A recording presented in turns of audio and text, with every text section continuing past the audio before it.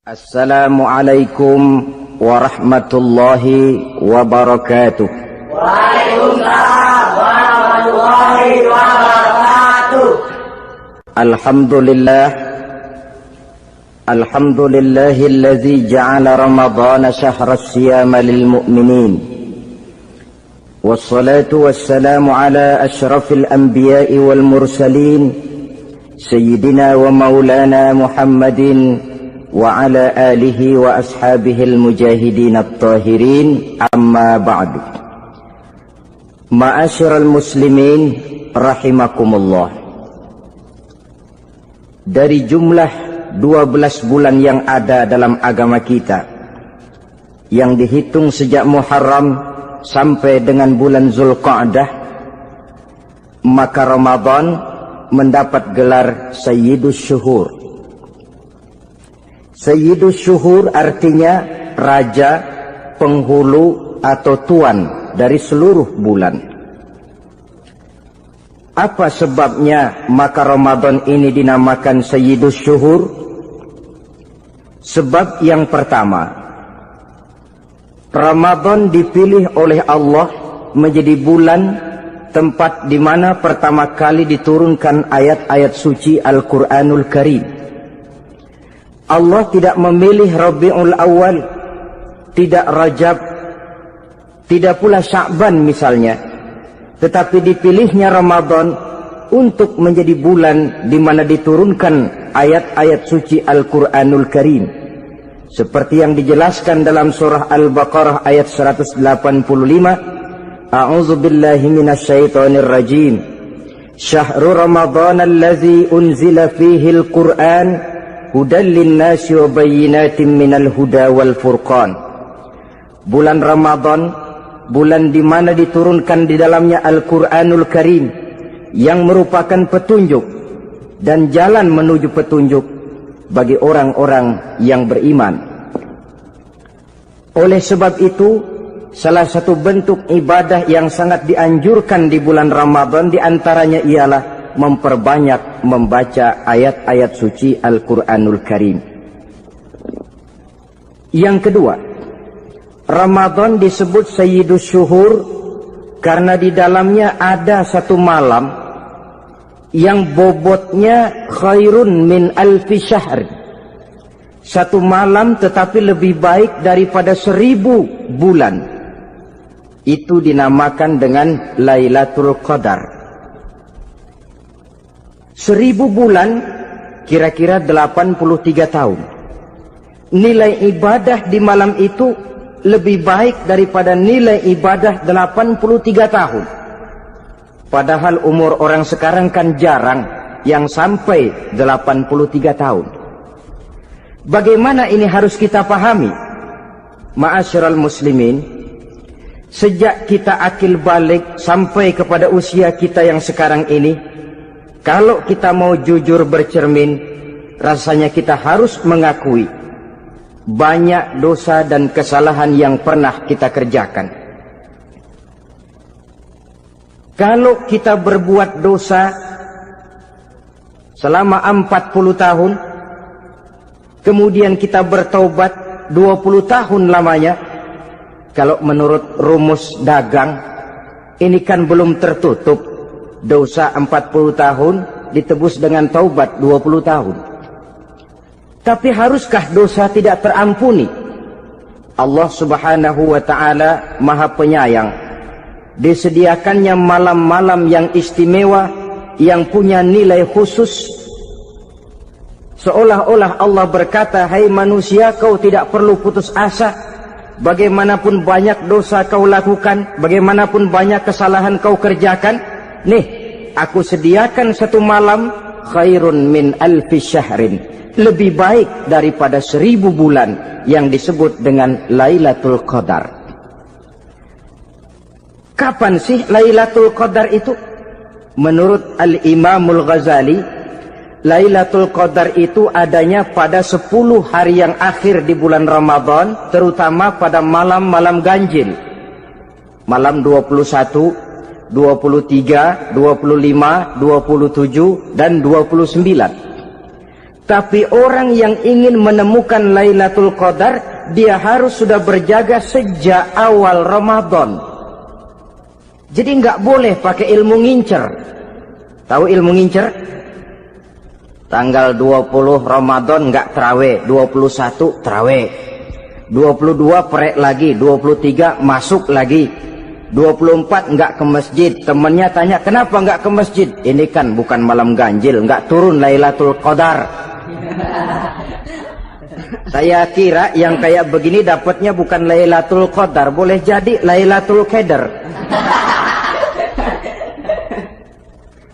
Orang yang ingin menemukan Lailatul Qadar itu, dia harus berjaga-jaga sejak awal Ramadan. Inilah diantara tugas kita, memanfaatkan waktu-waktu yang punya nilai istimewa. Itu ada dalam agama. Dalam setiap minggu ada hari istimewa. Dalam setiap hari ada jam-jam istimewa. Dalam setiap tahun ada bulan istimewa. Coba, dalam setiap minggu ada hari istimewa, hari Jumat. Dalam setiap hari ada jam-jam istimewa, sepertiga malam yang terakhir. Antara jam 2 sampai menjelang fajar di kala subuh, itu saat-saat istimewa. Di samping saat istimewa, Allah pun menyediakan tempat-tempat yang istimewa. Solat di Masjidil Haram, pahalanya 100.000 kali ketimbang solat di masjid-masjid lain.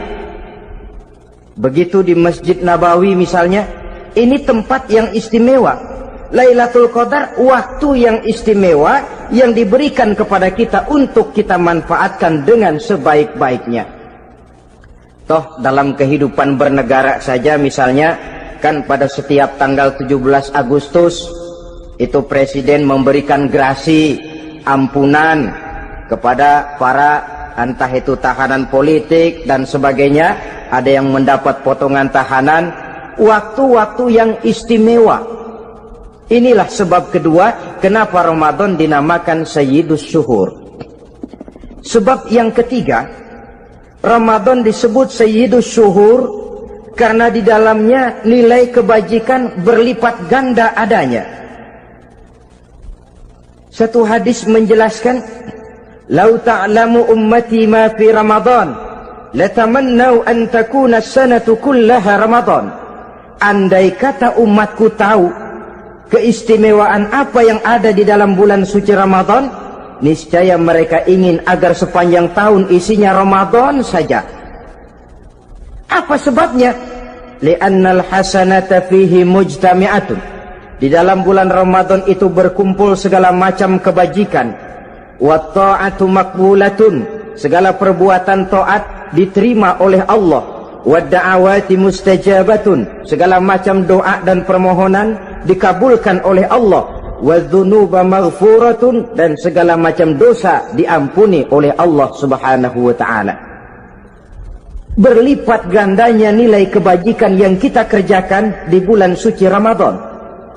Itu sebabnya seorang muslim dalam menyambut bulan suci Ramadan penuh dengan sikap kegembiraan. Kata baginda Nabi, "Man fariha bidukhuli Ramadan, haramallahu jasadahu 'alan niran." Siapa orang yang gembira dengan datangnya bulan suci Ramadan, Allah haramkan badannya dari api neraka. Gembira menyambut Ramadan artinya bagaimana? Apa Ramadan datang terus bakar petasan? Bukan. Pukul beduk? Bukan. Apa gunanya pukul beduk kalau nggak puasa? Apa gunanya bakar mercon kalau tidak melaksanakan ibadah di bulan suci Ramadan? Gembira menyambut datangnya Ramadan dalam arti mempersiapkan diri untuk melaksanakan ibadah dengan sebaik-baiknya di bulan suci Ramadan ini. Ma'asyiral muslimin rahimakumullah. Yang terakhir, kenapa Ramadan disebut Sayyidus Syuhur? Karena di dalam bulan suci Ramadan ada perintah melaksanakan ibadah puasa. Apa istimewanya ibadah puasa? Pertama, yang dipanggil untuk melaksanakan puasa itu iman. Ini panggilan istimewa.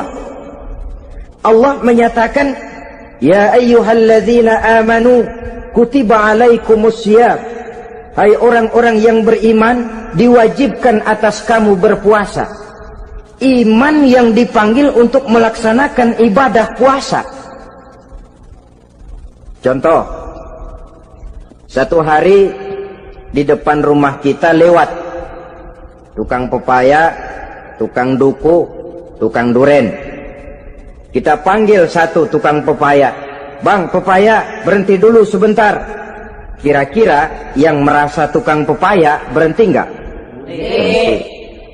Ini tukang duku sama tukang duren berhenti enggak? Tidak. Tentu tidak berhenti karena tidak dipanggil. Ini Ramadan yang dipanggil orang-orang beriman. Hai orang-orang yang beriman, berhenti dulu sebentar. Berhenti apa? Berhenti makan di waktu siang, berhenti minum di waktu siang. Yang merasa beriman berhenti. Yang tidak beriman langsung. Biar Ramadan siang-siang makan jalan terus, ngerokok ngelepus terus. Kenapa? Tidak beriman, tidak merasa terpanggil oleh ayat tadi. Sekarang tukang pepaya lewat di depan rumah, kita panggil, "Bang, pepaya, berhenti dulu." Dia dengar tapi nggak mau berhenti. Apa kita bilang? "Kang pepaya budak." Dipanggil nggak mau berhenti. Ini ada orang ngaku beriman kepada Allah, Ramadan dipanggil disuruh berhenti makan siang, nggak berhenti juga. Mukmin budak. Disuruh berhenti minum di waktu siang, nggak berhenti juga. Mukmin budak. Ini istimewanya puasa. Panggilan difokuskan kepada iman. Hai orang-orang yang beriman. Allah tidak bilang hai orang-orang yang sudah masuk Islam. Tidak. Ya ayyuhallazina aslamu. Tidak. Ya ayyuhalladzina amanu yang dipanggil. Hai orang-orang yang beriman. Nilai nurani yang paling dalam itu yang dipanggil melaksanakan ibadah puasa. Lalu orang beriman yang bagaimana yang wajib puasa? Pertama, dia sudah balik. Yang kedua, berakal sehat. Yang ketiga, dia mampu berpuasa. Orang beriman macam ini balik, berakal sehat, mampu melaksanakan puasa. Kalau cukup syarat ini, dia wajib puasa. Kurang syarat, tidak wajib puasa.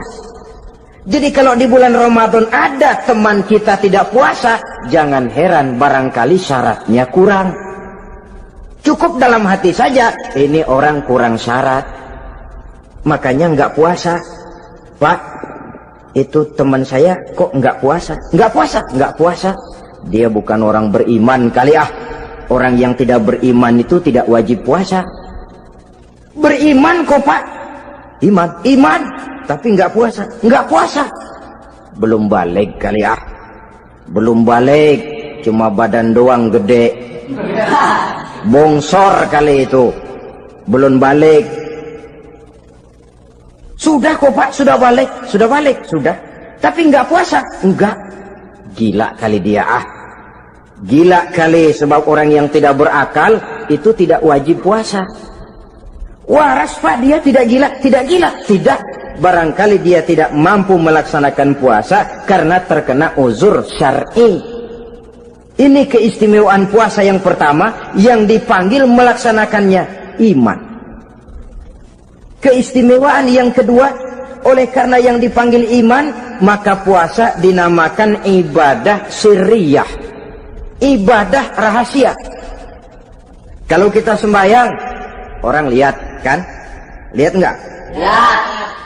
Kita bayar zakat, orang tahu. Kita pergi haji, apalagi pergi haji, sekampung nganterin. Tapi kita puasa atau tidak puasa, yang tahu kan cuma kita dan Allah saja. Pura-pura sedekah, nggak bisa. Pura-pura sholat, ketahuan. Gerakannya mesti canggung. Pura-pura pergi haji, kemana perginya? Tapi pura-pura puasa, gampang. Namanya ibadah sirriyah. Bulan puasa, jam 8 pagi, makan. Keluar rumah, bibir lap yang kering. Jalan lemesin dikit. Ada angin, belaga miring. Temennya tanya, lo lemas amat, gue lagi puasa nih. Orang lain bisa dibohongi. Sebab puasa memang merupakan ibadah sirriyah yang tahu cuma kita dan Allah saja. Karena dia ibadah rahasia, puasa ini sulit terkena penyakit riya. Ibadah yang lain karena kelihatan orang, gampang kena penyakit riya, to show only. Sholat karena kelihatan orang, gampang kena penyakit riya. Karena saya jadi imam, misalnya di belakang saya lihat ada mertua, wah saya bikinlah sembahyang saya mantap-mantap, pakai serban, pakai siwak, bahasanya saya paseh-pasehin kayak orang 16 tahun di Mekah. Wah, usolli warwal maghribi salasa raka'atin Allahu Akbar. Surahnya saya cari yang panjang-panjang, paling pendek Sabbihis sama Wadduha. Akibat apa itu? Riya, di belakang ada calon mertua. Tapi kalau sholat sendirian dalam kamar, boro-boro pakai serban dan siwak, kadang-kadang kaos kutang saja cukup. Surahnya jangan Sabbihis sampai Wadduha, langganannya Inna A'toinakal Kautsar sama Qul Huwallahu Ahad. Karena sholat terlihat orang, mudah kena penyakit riya. Sedekah pun begitu. Mulanya niatnya cuma mau sedekah 5.000, karena ada orang yang disedekahsegani naik 10.000, yang 5.000 sudah karena orang. Jadi ibadah yang lain itu mudah terkena riya, tapi juga mudah dinilai orang. Kita bisa saja bilang, itu orang sholatnya khusyuk ya. Kenapa? Kelihatan dari gerakannya. Itu orang hajinya mabrur ya. Kenapa? Kelihatan dari tingkah lakunya setelah pulang haji. Itu orang sedekahnya berani ya. Kenapa? Ketahuan dari jumlahnya. Ibadah yang lain bisa dinilai, tapi puasa nggak bisa dinilai. Tuh orang puasanya mantap bener ya. Kenapa? Beludah melulu. Itu bukan ukuran. Itulah sebabnya dia dinamakan ibadah sirriyah, ibadah yang abstrak, yang tahu cuma si pelaksana dan Allah saja. Ini keistimewaan puasa yang kedua. Yang ketiga, saudara-saudara, kalau ibadah-ibadah yang lain, ganjaran pahalanya itu dijelaskan oleh Allah. Sedekah kalau ikhlas pahalanya begini. Haji kalau mabrur pahalanya ini. Sembahyang berjamaah pahalanya ini. Untuk puasa tidak. Puasa Allah cuma bilang as-siyamu li wa ana ajzi bihi. Puasa adalah untukku, aku yang akan membalasnya. Berapa besar balasannya tidak dijelaskan oleh Allah. Apa artinya ini? Kalau saudara kerja, mandor bilang, sampean kerja sama saya, gaji satu hari 5.000. Ketahuan kan, sehari 5.000. Kita bisa kong kalingkong, ada mandor rajin, nggak ada mandor kendor. Pokoknya sehari 5.000. Tapi kalau mandor cuma bilang, kau kerja sama aku, soal gajimu nanti aku yang atur. Tidak dijelaskan berapanya, nanti aku yang atur. Ini kan mestinya kita kerja hati-hati. Sebab apa? Mungkin gaji kita lebih besar dari jumlah 5.000 kalau kerjaan memuaskan. Mungkin tidak digaji sama sekali kalau kerjaan berantakan. Tidak dijelaskannya pahala puasa menjadi sugesti bagi kita untuk melaksanakan ibadah ini dengan sebaik-baiknya. Mungkin gaji sangat besar, mungkin tidak digaji sama sekali. Sebab kata Nabi, kam min shaimin laisa lahu min siyamihi illa al-ju' wal 'atsh. Berapa banyak orang puasa, dia tidak memperoleh apa-apa dari puasanya kecuali lapar dan haus saja.